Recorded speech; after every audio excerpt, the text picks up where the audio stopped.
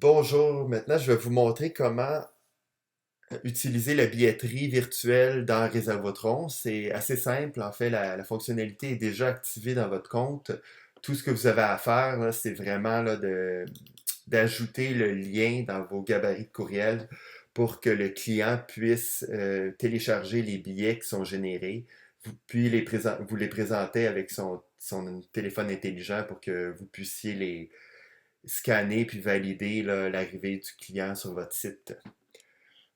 Ici, vous allez voir, on a une documentation de l'utilisation de la billetterie virtuelle dans notre documentation du système Réservotron. Vous avez accès à la documentation via, dans votre système, vous avez toujours le petit lien mauve ici en bas, à droite, pour y accéder. Donc, vous cliquez ici, puis vous cherchez simplement billetterie, vous allez arriver dans la documentation de la billetterie virtuelle. Donc, les étapes ici à faire pour l'activer, ben, c'est sûr que la première étape, c'est vraiment de créer les droits d'accès dans votre inventaire qui peut être réservé sur votre site Réservotron. Donc, ici, c'est documenté dans la documentation là, pour la création d'une prestation de service. De notre côté, on en a créé une pour la démo. On va aller directement dedans juste pour passer les points importants à ne pas oublier. Ici, je suis allé dans Inventaire Activité, j'ai mon accès quotidien. Je vais aller la modifier pour vous montrer. Ici, c'est important d'entrer, c'est sûr, le nom, sinon vous ne pourrez pas la créer. De s'assurer que c'est publié pour que les clients puissent réserver en ligne. La catégorie, le site pour l'adresse, pour que les clients sachent où se rendre. La description, puis la durée. Ici, la durée qu'on a mis, on a mis 12 heures parce que ça serait hypothétiquement là, la durée d'ouverture du site. Par contre, on s'assure de cliquer l'option afficher la durée en jour pour que le client, lui, quand il réserve, voit que c'est un jour. Dans notre horaire, ça va être écrit 12 heures. Comme ça, s'il y a des contraintes d'utilisation d'un espace, d'un territoire, la contrainte elle va être appliquée là, sur le 12 heures et non sur un 24 heures. Puis, donc, cet élément-là est important. Le reste, c'est pas trop important, donc on va le laisser faire. L'autre élément ici, c'est vraiment de s'assurer que vous aviez les tarifs pour chaque type de billet. Donc, dans la section participants, on ajoute les tarifs. Vous avez un bouton Ajouter des types de participants. Puis vous allez voir, dans le fond, vous avez beaucoup de champs. Ici, les champs importants, c'est vraiment le champ de sélection du type de participant ou de création. Si vous n'avez pas là, un type de participant dans votre système qui a été créé qui répond à chaque type de billet pour vos droits d'accès. Là, je sélectionne de mon côté, j'ai 17 ans et moins. On s'assure qu'il soit publié pour que le client puisse sélectionner ce billet-là. Puis, on met le montant. Dans notre cas, on le met à 10 $. Ici, on choisit adulte, publié, 15 $. Donc, le client va avoir deux options. Pour le reste des champs, c'est documenté dans la documentation de Réservotron. On n'a pas besoin de voir ça maintenant. Puis, on va aller le modifier. Maintenant, nous, on a déjà un horaire, mais vous, pour créer votre horaire, vous allez dans modifier l'activité, modifier les horaires. Ici, vous avez qu'à cliquer sur Ajouter parce que par défaut, vous n'en aurez pas. Donc ici, je vais aller modifier mon horaire. On clique Modifier l'horaire comme vous en avez déjà une. Ici, ça reprend mes heures d'ouverture. Ça me dit la durée affichée un jour. Donc ça, c'est correct. Les dates pour vos plages horaires, puis l'heure d'ouverture du site.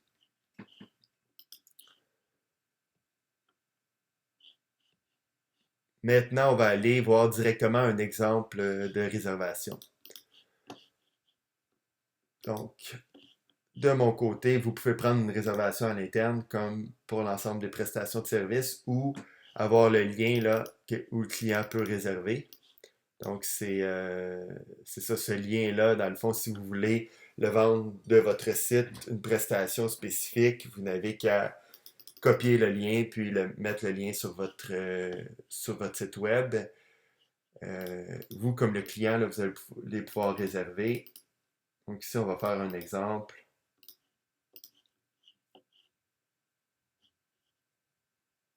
On n'ira pas jusqu'au bout, on va prendre un exemple qu'on avait déjà fait. Donc c'est ça, on peut rentrer les champs complètement confirmés. Donc lors de la confirmation, on va voir ici là, une réservation qu'on a de confirmer. Tantôt, on a mis une variable pour le lien qu'on a mis dans le courriel.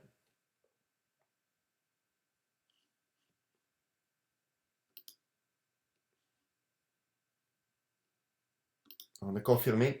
On voit ici que donc, quand le client ou vous confirmez une réservation, il y a un courriel qui est envoyé.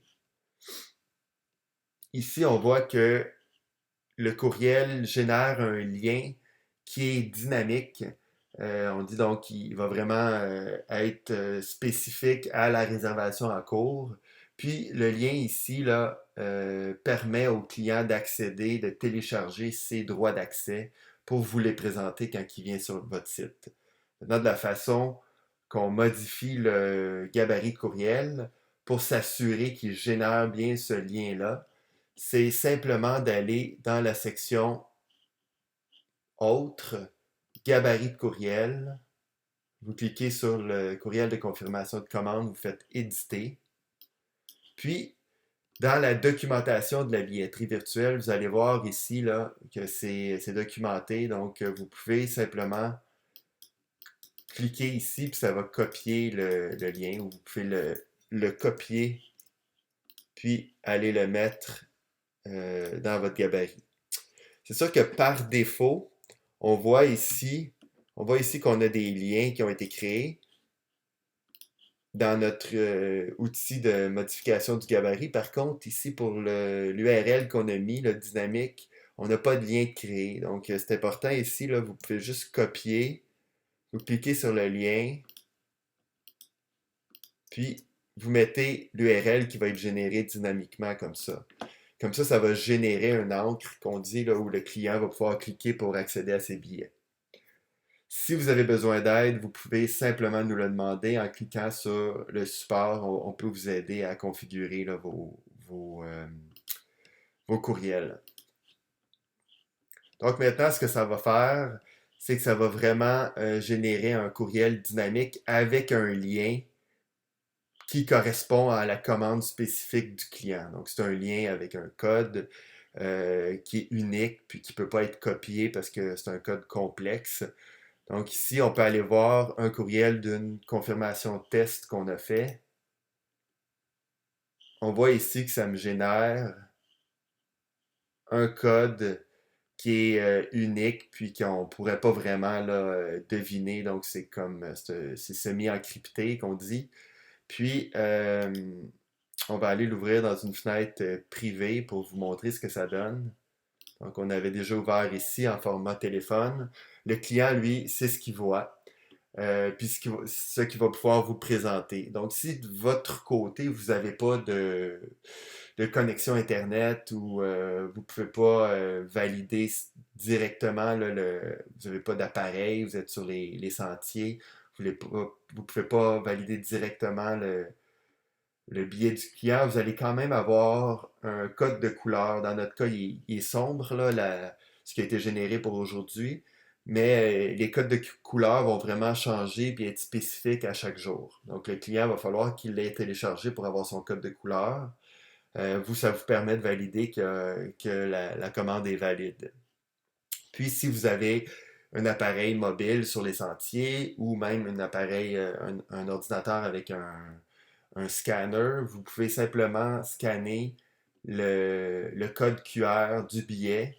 Puis dans le fond, ce qui va arriver, c'est que ça va vous amener dans un écran de validation du billet. On va voir ici un exemple.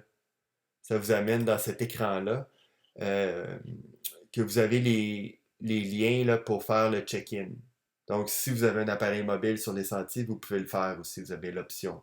C'est en mode responsive qu'on dit pour les appareils mobiles. Donc, vous pouvez simplement faire le check-in du client ou s'il y a une modification à faire, vous pouvez faire la modification.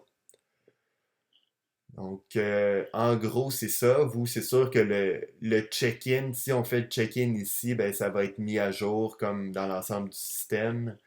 Vous pouvez aller voir là, dans votre tableau de bord, on va voir que le client ici là, a fait un check-in, le client est arrivé. Donc, en gros, c'est comme ça, c'est assez simple. Maintenant, c'est sûr qu'il y a des fonctionnalités plus avancées. On va les voir dans dans un prochain vidéo. Mais l'important, c'était vraiment de pouvoir le configurer là, pour pouvoir le mettre en ligne dès que possible. De votre côté, ben, c'est ça, les fonctionnalités plus avancées de billetterie, ce serait de permettre de générer un billet vraiment là, avec ben, selon là, vos préférences visuelles. De notre côté, on utilise des gabarits, puis ces gabarits-là sont disponibles pour vous aussi. On va voir, c'est ça, dans un prochain vidéo. Si d'ici là, vous avez des questions, vous pouvez nous contacter via le support, encore une fois, via votre compte Réservotron, toujours ici. Vous cliquez sur la petite bouée, vous arrivez dans le support, puis vous pouvez nous contacter. Je vous remercie, puis bonne utilisation. On espère que ça va vous servir. Puis on est toujours l'autre côté de l'écran pour vous aider s'il y a quelque chose. Au plaisir.